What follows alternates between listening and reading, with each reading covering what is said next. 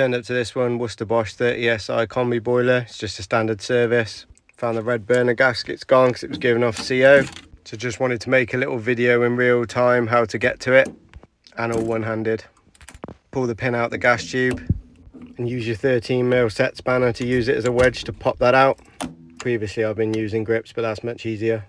But now the grips come back. Always use the grips like that to disconnect the fan, because sometimes people pull on the cables and then that leads to all kinds of problems. 13mm wearer ratchet, pop on the top and undo.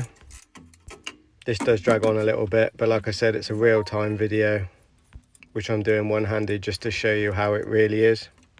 So my top tip is undo that 13mm nut and then take the clamp off and put the nut back on. And then this enables you to swing the fan assembly out while keeping that bracket secure, and then it makes it much easier to get the electrodes and the flame rectification off as well. We've all done it before where we haven't clamped it down and then that little securing plate is going up and down and you end up wrestling with the boiler, but this just makes it so much easier. The electrodes weren't too bad to get off, but the flame rectification, that put up a bit of a fight.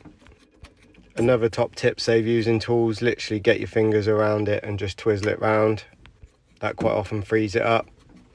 Everybody tries to just pull them straight off, but I found that's quite difficult.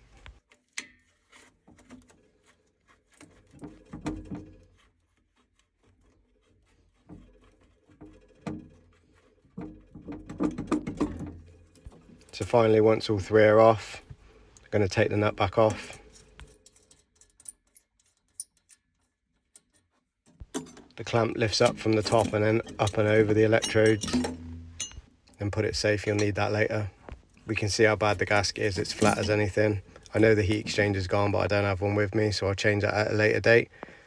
So refit the new ones in reverse. Happy days.